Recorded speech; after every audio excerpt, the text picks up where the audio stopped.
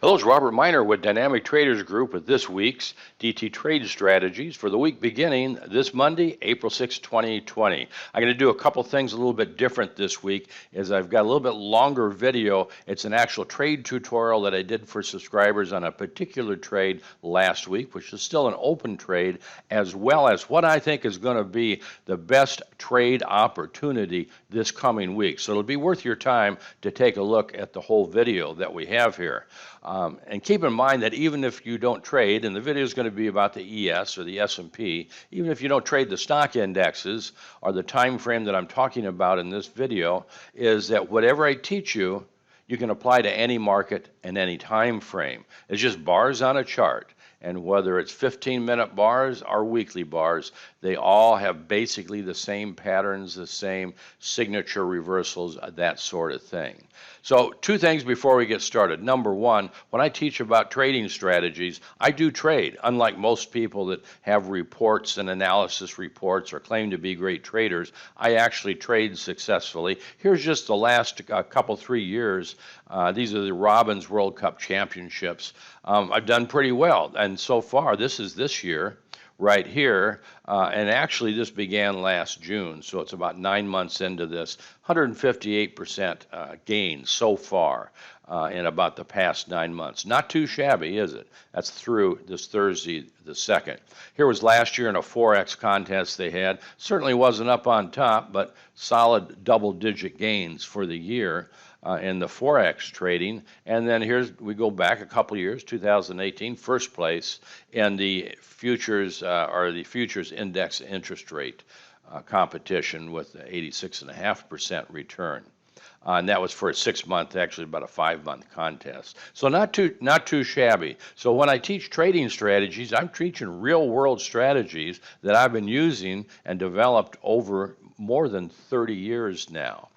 So before we get started with this specific trade, I just want to remind you about the video and the report that's absolutely free to anybody. Just go to this page if you don't have this report.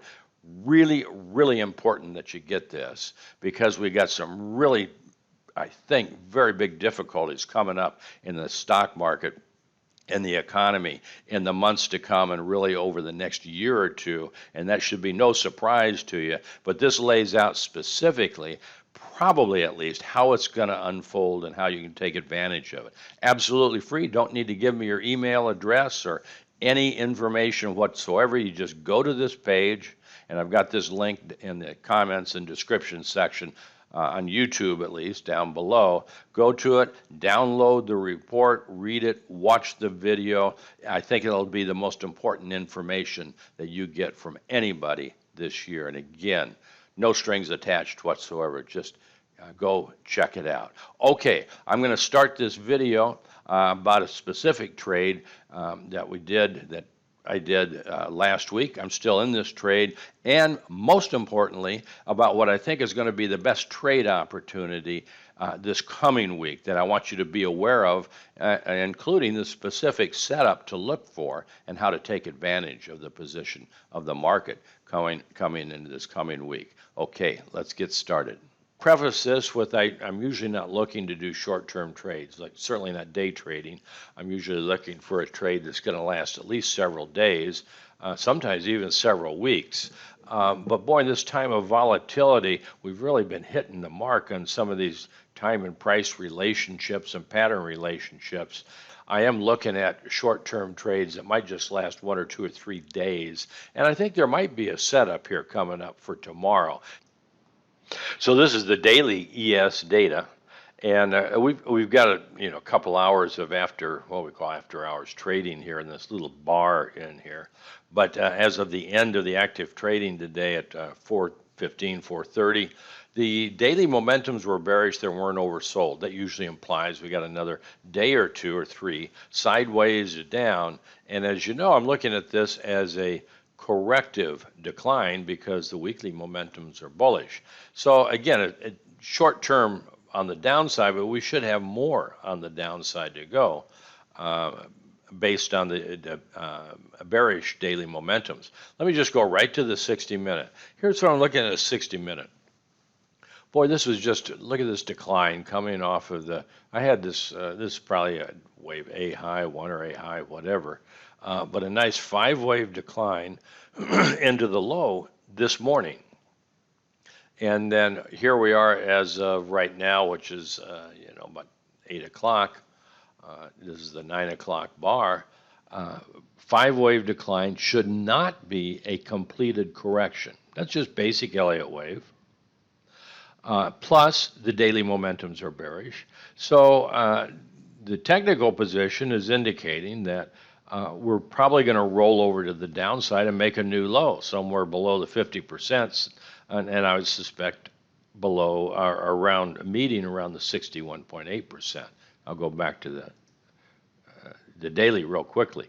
We're already near the 50%, and so potentially maybe around the 61 or 62% retracement. So that's all speculation. The whole point is we should not be finished with this immediate bear trend, the daily bear trend.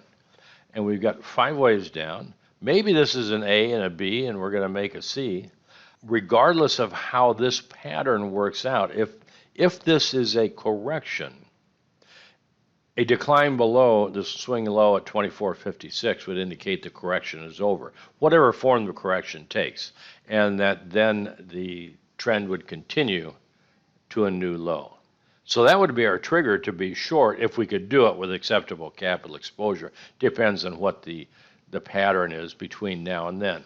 And then, right above here, we have a typical retracement to a 5 wave decline is around 38 to 62% time retracement. That would be sometime between 7 o'clock tomorrow morning and tomorrow evening, about 8 o'clock. So basically, almost any time tomorrow. The information that's valuable here is more than likely, at least, this corrective rally, if this is a 5 wave decline, would not be complete prior to 7 o'clock. And that's good because I'm not going to be up looking at this before 7 o'clock in the morning. But I will be around 8 o'clock or so. I usually 8 or 8:30, about an hour before the market opens. If I'm looking to initiate a trade, I'll be looking before the active market opens. I'll be looking at the market. So I don't know if that's going to happen. What I do know is that would be what I call my letter to Santa Claus. If the ES early tomorrow morning was around 25. Let's just say 25.50 or 25.55. We don't have to hit it right on the nose, but it's approaching that area. Our daily momentums are bearish, and pattern-wise indicates we should make a new low. I'd be looking then at some short-term entry techniques to get short. Pretty simple stuff. If it doesn't reach that, if it's just going sideways or something tomorrow morning, I'd be looking at another opportunity to get short. Because if it hasn't even reached anywhere near that by that time in the morning, then it means there's just no buying power underneath the market. So again, that's kind of, for me, I'm really looking short-term trade, probably only going to last a couple of days, net bearish, if get triggered into it. Those are the kind of things I'm looking for. Hello, it's Robert Miner with Dynamic Traders Group, and it's about 10:30 in the morning on Friday, April 3rd. I'm doing a follow-up of the video that I sent out last night on a potential setup for the ES, a short-term trade setup on the short side. Let's take a look at where we're at as of now. So here's the ES 60-minute data, same chart we were looking at last night when I made the first part of this video series, and where my cursor is, that's about the close of yesterday. So we're right around in here when I made that video. Well, we didn't make this ideal ABC correction, but what happened overnight? Decline, a rally into the early part of today before the active opening, active trading today, tagged the 50% retracement, I think almost to the tick. What is this? High is 25.2950. So it's less than 1 point from the 50% retracement. And this is basically a triple top. It's not an ideal ABC. Sure looks like a correction, though, not like an impulsive trend. So again, looking for an opportunity to go short. Now I'm going to go to the 15-minute data. And by the way, the high, at least so far today, is right within the 38 to 62% time retracement from this 5-wave decline. Here's the 15-minute data. And here we go. I don't have any labels or anything on it, but boy, the double top, this looks a lot like a correction to me. I just drew a line here, set my alert, and I just went short, just below 2,575. Let me take a look in here. I think it's 2,525. Yeah, that's where where I'm short at, below this little swing low. Now, this is not a swing low during the active trading. It was before. Well, these are actually the first. This is the first bar of the day. The first 15-minute bar of the active trading. It's a 945 bar. So we've got basically an hour's trading, and the market has turned around and taken out the first hour's low. And that's actually an entry technique that has been around forever, is that you bracket the trading on the first hour, and whichever way it breaks away from that is probably going to be the trend for the day. Well, that's not the reason I went short. I went short for all the reasons that I described last night. Short, got a fairly close stop. Exiting, just a minute, let me just put this in so you can see everything. Exiting above 25, 29, 30, so it's about a 30-point stop. And some people think, oh, that's an awful lot. Well, it's not much in this market by any means, given that we got a probable 100 to 150 points on the downside if, again, this is a correction. So again, if you got a wide stop and you've got leverage like futures, is just trade really light, just a couple contracts. But the so-called reward to risk is really, really good on this trade based on the pattern, the daily momentums, etc. And if you don't want to do leveraged, you don't have to. There's bear market ETFs. There's just all kinds of opportunities to take advantage of your technical analysis. So when would I adjust the stop? I'm definitely going to bring the stop closer if we get below 24.8575. That's just this one bar swing low, but spike down and up. That's going to be somewhat an event. And then we get below this swing low. This is actually this one over here. We get below that low that was made overnight, and that's confirming we're going to a new low. I'd be bringing my stop to break even, no later than that, maybe even before, depending if we continue down on what the pattern is and all that. So that's my rationale for this trade. I told you about the setup last night. Here was the execution here in about the first hour of active trading this morning, and I'm explain a little bit, at least the basics of what I'm looking for as far as adjusting the stop. We have to have events. We have to have a market that confirms it's probably going to continue in the direction we anticipate, and then we take a look at, well, if it's going to continue, what should it not do? And that's where we adjust our stop. I'm really slow about adjusting stops early in a trade, regardless of the time frame.